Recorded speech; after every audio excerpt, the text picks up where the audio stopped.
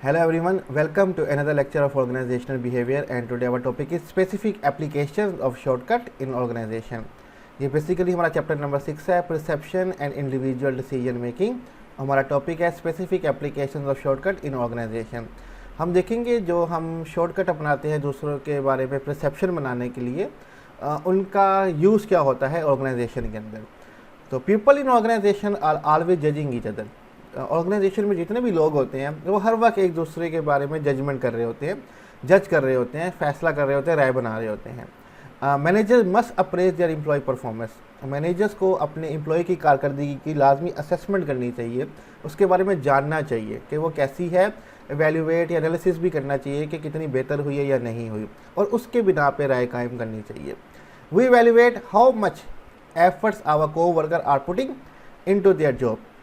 Team member immediately size up a new person. हम जो organisation में लोग होते हैं, हम अपने को वर्कर की जो एफर्ट्स होती हैं, जो अपने जॉब में पुट कर रहा होता है, उसको एवेल्यूएट करते रहते हैं ताकि हमें पता चल सके कि जो उसकी सैलरी है, जो उसका काम है, वो कितना है और हम जितना काम कर रहे हैं कि हमारी सैलरी उससे जस्टिफाई होती है कि नहीं होती, ताकि हम भी उसके मुताबिक एडजस्टमेंट कर सकें। तो हम हर वक्त अपने को वर्कर को देख रहे हैं वो कितना काम कर रहा है या कितना काम नहीं कर रहा। Team members immediately size up a new person. Team member जो होते हैं वो जल्द ही न्यू पर्सन को साइज अप करना शुरू कर देते हैं, मीन उसके बारे में ख्यालात बनाना, परसेप्शन बनाना, जजमेंट देना शुरू कर देते हैं। अगर न्यू एम्प्लॉय भी ऑर्गेनाइजेशन में आ जाए उसके बारे में फौरी राय कायम कर ली जाती है और ये हम सब की आदत होती है, ठीक है।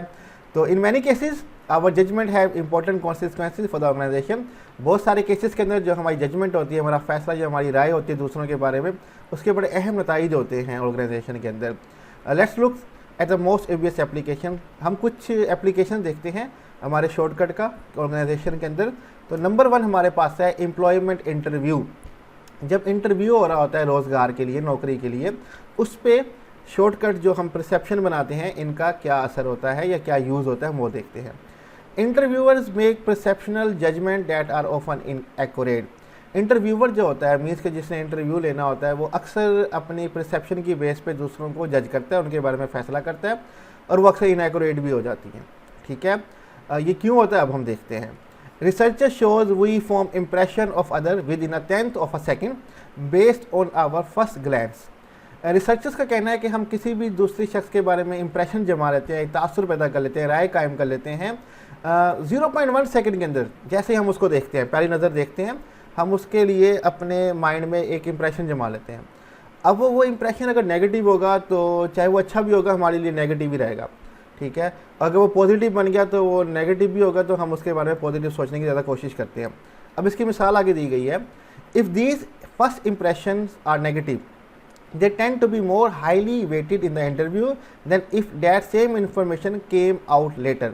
अगर हमारा फर्स्ट इंप्रेशन किसी शख्स के बारे में या किसी चीज़ के बारे में नेगेटिव है, यानी कि हमारा तासुर जो है वो पॉजिटिव नहीं है, फेवरेबल नहीं है, नेगेटिव है, तो चाहे हमें ये इन्फॉर्मेशन इंटरव्यू के 4 या 5 मिनट के बाद मिली होती, उसकी नेगेटिव बातें हमें पता चलती, तब वो बातें इतना वेट ना रखती जितना हमारे फर्स्ट इंप्रेशन की वजह से वो वेट रखती हैं। मीन्स कि अगर मेरा इंप्रेशन फर्स्ट टाइम उस पर पॉजिटिव होता, बाद में मुझे चंद एक उसकी नेगेटिव बातें पता चलती, तो शायद उन नेगेटिव बातों का इतना वेट ना होता जो मेरा पहला इंप्रेशन नेगेटिव उसके बारे में बन गया। अब उन चीज़ों का वेट इतना मायने नहीं रखता क्योंकि मेरा पहला इंप्रेशन ही बड़ा वेटेड है पड़ा कि वो नेगेटिव बनता है। आगे चलते हैं। Most interviewers decision change very little after the first 4 और 5 मिनट्स ऑफ द इंटरव्यू।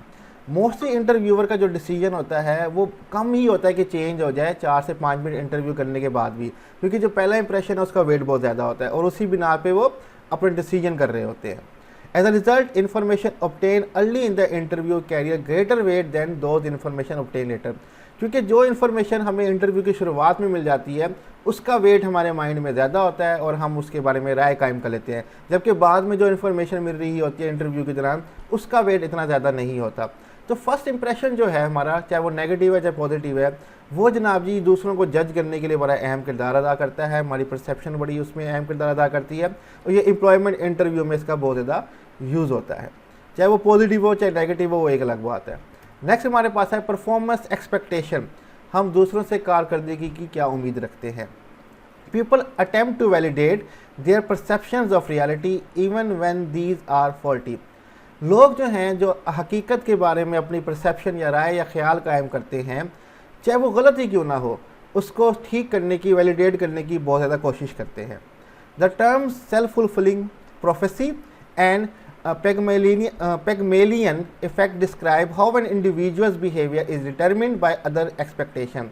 एक टर्म है हमारे पास सेल्फ फुलफिलिंग प्रोफेसी, प्रिडिक्शन करना अपने बारे में या अपनी राय के बारे में, एंड पिगमेलियन, ये एक बेसिकली पुराना मिथ है कि जिसमें एक शख्स को एक स्टैचू पसंद आ गया था तो उसने दुआ की थी कि ये स्टैचू रियल बन जाए, और उसकी जो दुआ थी वो कबूल हो गई थी और स्टैचू रियलिटी में कन्वर्ट हो गया था। इसका मीनिंग ये है कि जब हम किसी चीज़ के बारे में कुछ बहुत ज़्यादा उम्मीदें लगा लेते हैं, चाहे नेगेटिव और पॉजिटिव, तो वो हकीकत में बदल जाती है। इस इफेक्ट का ये कहना है। Describe how an individual behaviour is determined by other expectation. ये जो हमारा कॉन्सेप्ट है, ये प्रिडिक्शन का अपने बारे में कि अपनी बात जो की है वो ठीक है, और जो हम एक्सपेक्टेशन कायम कर लेते हैं वो डिस्क्राइब करता है कि दूसरों का बिहेवियर कैसे असरअंदाज होता है हमारी उम्मीदों से। अगर मुझे उम्मीद है कि ये शख्स अच्छा परफॉर्म करेगा तो मेरी कोशिश होगी कि मैं इससे अच्छा परफॉर्म करवाऊँ, क्योंकि मेरी उम्मीद ही उससे अच्छे परफॉर्म करने की है। यही मिसाल आगे दी गई है। If a manager expecting big things from her या हिज पीपल, यहाँ पे हर लिखा हुआ है, अगर एक मैनेजर है वो अपने एम्प्लॉय से ये उम्मीद रखता है कि वो बड़ा काम करके दिखाएंगे, they are not likely to let her down, तो वो भी उसको लेट हर डाउन नहीं करने देंगे, उसको नीचे नहीं जाने देंगे, उसकी एक्सपेक्टेशन पे पूरा उतरेंगे, क्योंकि एक्सपेक्टेशन पॉजिटिव है। उनको पता चल जाए कि ये हमसे पॉजिटिव उम्मीदें रख रहे हैं तो वो पूरा करने की कोशिश करेंगे। Similarly same if she expect only minimal performance, अगर वो ये उम्मीद रखते हैं कि मेरे जो एम्प्लॉइज़ हैं उनकी कारकर्दगी अच्छी नहीं होगी, they will likely meet those low expectation, वो भी फिर उसकी एक्सपेक्टेशन पे पूरा उतरेंगे कि वो अच्छा परफॉर्म भी नहीं करेंगे। एक्सपेक्टेशन बिकम रियलिटी, जो एक्सपेक्टेशन है वो रियलिटी में कन्वर्ट हो जाती है। पिगमेलियन इफेक्ट और सेल्फ फुलफिलिंग प्रोफेसी इसी बात को साबित करती है कि जैसी आप उम्मीद रखेंगे वैसा ही रियलिटी में कन्वर्ट हो जाएगा, लेकिन ज़रूरी नहीं कि ये बात हकीकत भी हो। ठीक है, लास्ट हमारे पास है परफॉर्मेंस इवैल्यूएशन। मीन्स के जो हम शॉर्टकट अपनाते हैं परसेप्शन के, उसका परफॉर्मेंस पे क्या यूज़ होता है या असरअंदाज होता है। An employee's future is closely tied to the appraisal, promotion, pay raises and continuation of employment are among the most obvious outcome. किसी भी एम्प्लॉय का जो फ्यूचर है उसका ताल्लुक जो होता है बंधा हुआ वो होता है अप्रेजल के साथ, उसकी जो असेसमेंट की जा रही होती है। प्रमोशन उसकी तरक्की, पे रेसिस इनकम का बनना, एंड कंटिन्यूएशन और उसकी नौकरी के अंदर ऑफ एम्प्लॉयमेंट, उसकी नौकरी के अंदर जॉब के अंदर तसलसल रहना, उसको बरकरार रहना, ये ओबवियसली आउटकम है उसके फ्यूचर के बारे में जब हम अप्रेज करते हैं। अगर ये चीज़ें हो रही हैं तो फ्यूचर अच्छा हो रहा है, अदरवाइज नहीं हो रहा। Also, the appraisal can be objective. For example, a salesperson is appraised on how many dollar of sale he generate in his territory. अब अप्रेजल जो है वो ऑब्जेक्टिव भी हो सकता है, मीन्स के हम कह सकते हैं कि प्रूफ के साथ, लॉजिकल। ठीक है, मिसाल के तौर पे एक सेल्स पर्सन है, हम उसकी असेसमेंट करते हैं कि वो कितने डॉलर जनरेट करता है अपनी टेरिटरी के अंदर, अपने एरिया के अंदर। ठीक है, यहाँ पे मैनी को इग्नोर कर दीजिएगा कि अगर हम ऑब्जेक्टिव तौर पे रैशनली हम जज अप्रेस कर रहे हैं, असेसमेंट कर रहे हैं, ये बिल्कुल ठीक तरीका है कि वो कितने सेल्स जनरेट करता है, हम उसके बारे में राय कायम करें, इट्स ओके। लेकिन हमारे पास एक और है जिसमें हम फीलिंग्स का इस्तेमाल करते हैं, जो कि गलत हो जाता है। Jobs are evaluated in subjective term, हम फीलिंग्स इमोशन की बुनियाद पे भी जज कर रहे होते हैं। यहाँ पे ऑब्जेक्टिव आएगा रैशनल और सब्जेक्टिव आएगा फीलिंग्स की बुनियाद पे।